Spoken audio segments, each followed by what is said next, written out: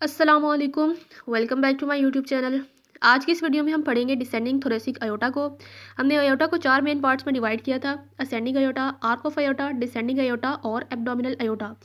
अगर इससे पहले आपने पार्ट 1 नहीं देखा जिसमें हमने असेंडिंग अयोटा और आर्क ऑफ अयोटा को अच्छे से समझा था, पढ़ा था, तो अगर आपने वो वीडियो नहीं देखी तो आप मेरे चैनल पर जाके वो देख सकते हैं।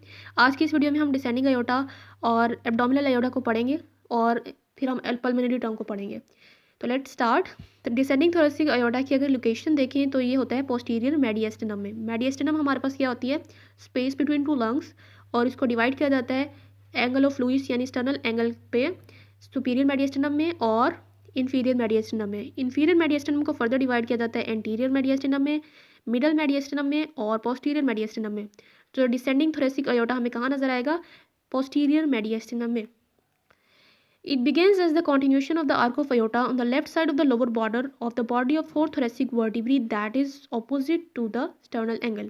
अब sternal angle यानी एंगल ऑफ लुईस जो कि हमें ये नज़र आ रहा है, जो कि बॉडी ऑफ स्टर्नम और मैनिब्रम के दरमियान में है। तो यह इस एंगल ऑफ लुईस पे जाके जो है हमारे पास डिसेंडिंग अयोटा स्टार्ट हो जाता है। ये यानी आर्क ऑफ अयोटा ही कंटिन्यू हो जाती है डिसेंडिंग अयोटा में। और कहाँ पे होगा? अगर वर्टिब्रीज के लिहाज से देखें तो फोर्थ थोरेसिक वर्टिब्री की लोअर बॉडी पे कंटिन्यू हो जाएगा डिसेंडिंग थोरेसिक अयोटा। अगर हम यहाँ देखें तो ये कहाँ पे एंड हो रहा है? ये 12th थोरेसिक वर्टिब्री पे एंड हो रहा है और यहाँ पे एक ओपनिंग नजर आ रही है, इसको कहते हैं एयोटिक ओपनिंग। और ये कहाँ पे है? ये डायफ्राम, जो ये लाइन जो नजर आ रही है डायफ्राम है, और डायफ्राम के नीचे होगा ये। अभी इसको हम पढ़ेंगे। Descending aorta in vertebral column, it runs downward, inclining forward and medially to reach the anterior surface of vertebral column। बस ये बताएगा कि यहाँ से हमारे पास डिसेंडिंग अयोटा पे नीचे जाएगा और ये किसके एंटीरियर आ जाएगा? ये वर्टेब्रल कॉलम है और इस वर्टेब्रल कॉलम की एंटीरियर सरफेस पे ये मीडियली नीचे को जाएगा। At the level of 12th thoracic vertebrae, ये क्या हो जाएगा? 12th थोरेसिक वर्टिब्री पे जाके ये हमारे पास कंटिन्यू हो जाएगा एब्डोमिनल अयोटा में थ्रू एयोटिक ओपनिंग। यानी ये हमारे पास डायफ्राम में नजर आ रही है एयोटिक ओपनिंग। इस डायफ्राम के पीछे से जो है हमारे पास ये कंटिन्यू हो जाएगा एब्डोमिनल अयोटा में, लेकिन किसके ज़रिए? इस एयोटिक ओपनिंग के ज़रिए।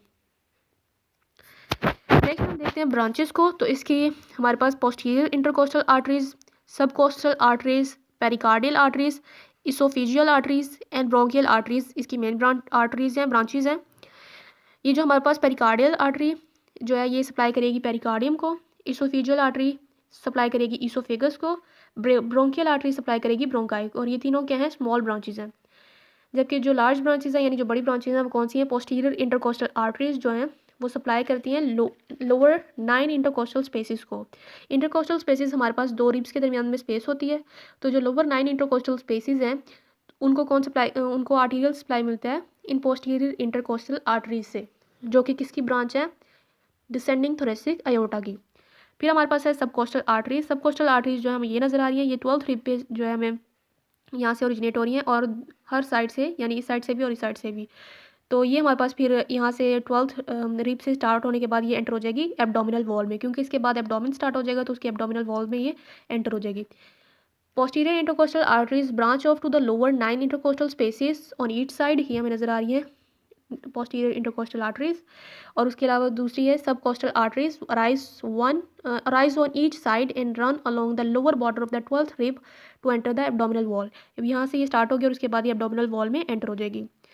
फिर हमारे पास है लास्ट अयोटा जो है वो कौन सा है? Abdominal aorta. इसकी ब्रांचेस देखें तो इसकी पेयर्ड ब्रांचेस कौन सी हैं? Middle adrenal, renal, gonadal, inferior phrenic and lumbar arteries. और अनपेयर्ड ब्रांचेस कौन सी होती हैं? Coeliac, superior mesenteric, inferior mesenteric and median sacral arteries. और टर्मिनल ब्रांचेस कौन सी हैं? Common iliac arteries. आप यहाँ से इनको देख सकते हैं। यहाँ पे हमारे पास एओर्टा कंप्लीट हो जाता है। अब हम पढ़ेंगे पल्मोनरी ट्रंक को। Pulmonary trunk carry deoxygenated blood from the right ventricle of the heart to the lungs. अब हमें पता है कि हमारे पास पल्मोनरी ट्रंक क्या करता है? कैरी करता है डीऑक्सीजनेटेड ब्लड, और राइट वेंट्रिकल से लेके वो जाता है उसको लंग्स के पास। It leaves the infundibulum, that is the upper part of the right ventricle, and runs forward and runs upward, backward and to the left। यहाँ से अब हम देखें तो हमारे पास राइट वेंट्रिकल है।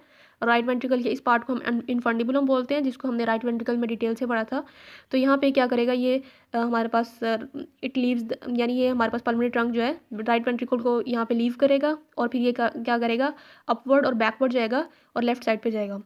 अगर इसकी लेंथ को देखें तो it is 2 inches, that is 5 centimeter long, and terminates in the concavity of the aortic arc by dividing into the right and left pulmonary arteries। तो ये हमारे पास ये अयोटा की कनकेव सरफेस है। तो जब ये अयोटा की कनकेव सरफेस तक पहुंच जाएगा, ये जो हमें सी नज़र आ रहा है, शेडो वाला सी नज़र आ रहा है, ये हमारे पास अयोटा की कनकेव सरफेस है। तो यहाँ पे जब पल्मोनरी ट्रंक पहुंच जाएगा तो ये डिवाइड हो जाएगा right and left pulmonary artery में। अब इसकी लोकेशन देखें तो ये कहाँ पे होता है, ये मिडल मेडिएस्टिनम में होता है। यहाँ से देखें तो अगर हमारे पास, तो ये हमारे पास क्या होता है, it lies in the middle mediastinum together with ascending aorta. यहाँ से अगर हम देखें तो ये जो पोर्शन होता है ये मिडल मेडिएस्टिनम होता है, ये एंटीरियर होता है और ये पोस्टीरियर होता है। तो ये जो डिसेंडिंग अयोटा को तो हमने पढ़ लिया कि वो पोस्टीरियर मेडिएस्टिनम में होता है। तो ये जो हमारे पास पल्मोनरी ट्रंक है ये हमें मिडल मेडिएस्टिनम में नजर आएगा, साथ किसके, अयोटा के। Enclosed in the fibrous pericardium and a sheath of serous pericardium. और ये किस में इनक्लोज हुआ होता है, fibrous pericardium, that is the outermost sac of pericardium. और इस साथ में ये इनक्लोज हुआ था serous, sheath of serous pericardium. Serous pericardium inner layer होती है और ये फर्दर कंपोज हुई होती है पेराइटल और विजरल लेयर से। खैर इसको तो हमने डिटेल से पढ़ा हुआ है, हमें इतना डिटेल में जाने की अब इसकी ज़रूरत नहीं है। तो ये हमारे पास फिर फिब्रस पेरिकार्डियम के साथ भी इनक्लोज हुआ होता है और साथ साथ सीरस पेरिकार्डियम की शीथ के साथ भी। फिर अगर इसकी ब्रांचेस को देखें तो इसकी दो ब्रांचेस होती हैं, right pulmonary artery and left pulmonary artery. The right pulmonary artery, अब दोनों ने जाके किस में एंटर होना है, लंग्स की रूट में एंटर होना है। बस थोड़ा सा इनकी पाथ को देखना है कि राइट पल्मोनरी आर्टरी जो है रन्स टू द राइट की तरफ जाएगी और लेफ्ट वाली जो है लेफ्ट साइड पर चली जाएगी, लेफ्ट लंग की तरफ। जो राइट पल्मोनरी आर्टरी है वो हमारे पास कहाँ कैसे जाएगी, वो असेंडिंग अयोटा और सुपीरियर वेना कैवा के पीछे से जाएगी और एंटर हो जाएगी राइट लंग की रूट में। तो ये हमारे पास अगर देखें तो यहाँ से राइट आर्टरी जो है ये अयोटा नज़र आ रहा है और ये सुपीरियर वेना कैवा, तो इन दोनों के पीछे से जा रही है ये राइट पल्मोनरी आर्टरी और फिर किस में एंटर हो जाएगी, राइट लंग की रूट में। तो ये अगर हम देखें तो ये हमें नज़र आ रही है पल्मोनरी आर्टरी। और ये रूट, लंग ऑफ रूट को हमने लंग्स वाले टॉपिक में अच्छे से पढ़ा हुआ है। ये वो स्ट्रक्चर्स होते हैं जहाँ से हमारे पास मेडिएस्टिनम के साथ लंग्स जो है कनेक्ट करते हैं।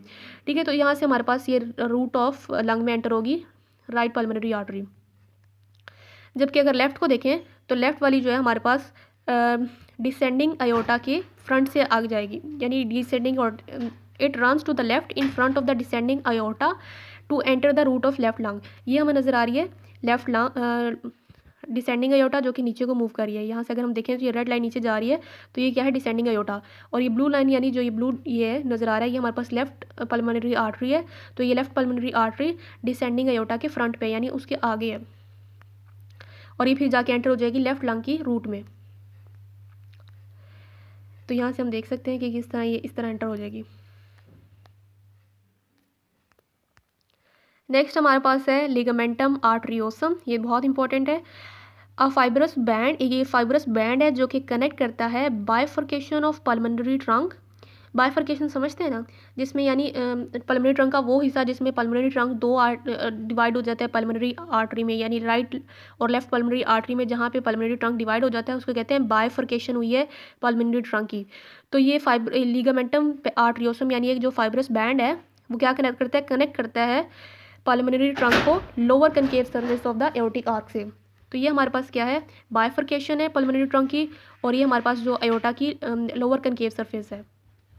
तो इन दोनों को आपस में क्या करता है, ये कनेक्ट करता है लिगामेंटम आर्टरियोसम, एक फाइब्रस कनेक्टिव टिश्यू यानी फाइब्रस बैंड है जो कि यहाँ से नजर आ रहा है कि ये फाइब्रस बैंड है लिगामेंटम आर्टरियोसम। इसके अलावा देखें तो ये फिटल रेमनेंट है। लिगामेंटम आर्टरियोसम जो है इज़ द रेमनेंट, रेमनेंट कहते हैं जो चीज़ पीछे रह जाए, यानी जो बच्ची को चाहो उसको। तो ये लिगामेंटम आर्टरियोसम जो है रेमनेंट है डक्टस आर्टरियोसिस का, यानी पहले यहाँ पे डक्टस आर्टरियोसिस थी जो कि यहाँ पे नजर आई है, एक डक्ट थी यहाँ कनकेव सरफेस के दरमियान, ये हमारे पास एओटा की कनकेव सरफेस और पल्मोनरी ट्रंक के दरमियान में एक डक्ट थी जिसको कहते थे डक्टस आर्टरियोसिस। तो ये फिटल में होता है ऐसा, लेकिन बाद में इसको जब ये बर्थ हो जाती है बेबी की, तो उसके बाद ये इसको कुदरती तौर पे जो है एक फाइब्रस बैंड कवर कर लेता है जिसको कहते हैं लिगामेंटम आर्टरियोसम। ठीक है, तो ये पहले तो था ये डक्ट थी, लेकिन बाद में इसको कवर कर दिया गया लिगामेंटम आर्टरियोसम के साथ। तो फिर ligamentum arteriosum is the remnant of the ductus arteriosus which in foetus, यानी ये जो डक्टस आर्टरियोसिस है इसके बारे में बता रहा है कि फिटस में क्या करता था, ये कंडक्ट करता था blood from pulmonary trunk to the aorta and then bypassing the lungs. ठीक है, अब यहाँ से जब ये यहाँ पे सुराख होगा तो पल्मोनरी ट्रंक से ब्लड कहाँ जाएगा, अयोटा में जाएगा और फिर कहाँ जाएगा, लंग्स में जाएगा। तो यहाँ से अगर हम देखें तो यूँ होती है फिटल की सर्कुलेशन को, तो यहाँ से ब्लड आता है प्लेसेंटा से अम्बाइकल कॉर्ड के ज़रिए और फिर उसके बाद पल्मोनरी ट्रंक से अयोटा में भी जाएगा और साथ साथ फिर जाएगा लंग्स के पास।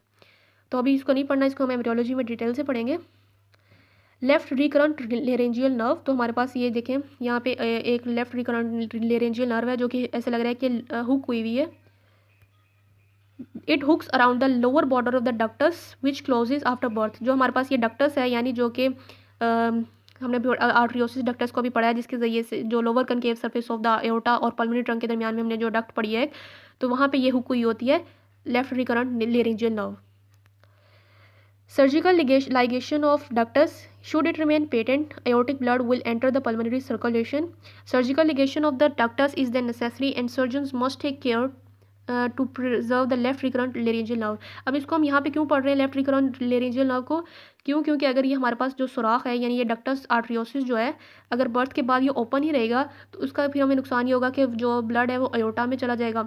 लेकिन हम तो ऐसा नहीं चाहते, तो फिर क्या होगा कि सर्जन जो है सर्जरी परफॉर्म करके इसको बंद करेंगे फिर. लेकिन उनको ये ख्याल रखना पड़ेगा कि जो ये लेफ्ट रिकरेंट लेरेंजियल नर्व है जो कि साथ ही पड़ी है और जो बहुत इंपॉर्टेंट है, तो उसका ख्याल रखना पड़ेगा कि वो प्रिजर्व रहे, बची रहे, उसको नुकसान ना पहुँचे. तो हमारे पास यहाँ पे लार्ज थोरेसिक आर्टरीज कंप्लीट हो जाती हैं. नेक्स्ट वीडियो में इंशाल्लाह हम नेक्स्ट वेन्स को पढ़ेंगे.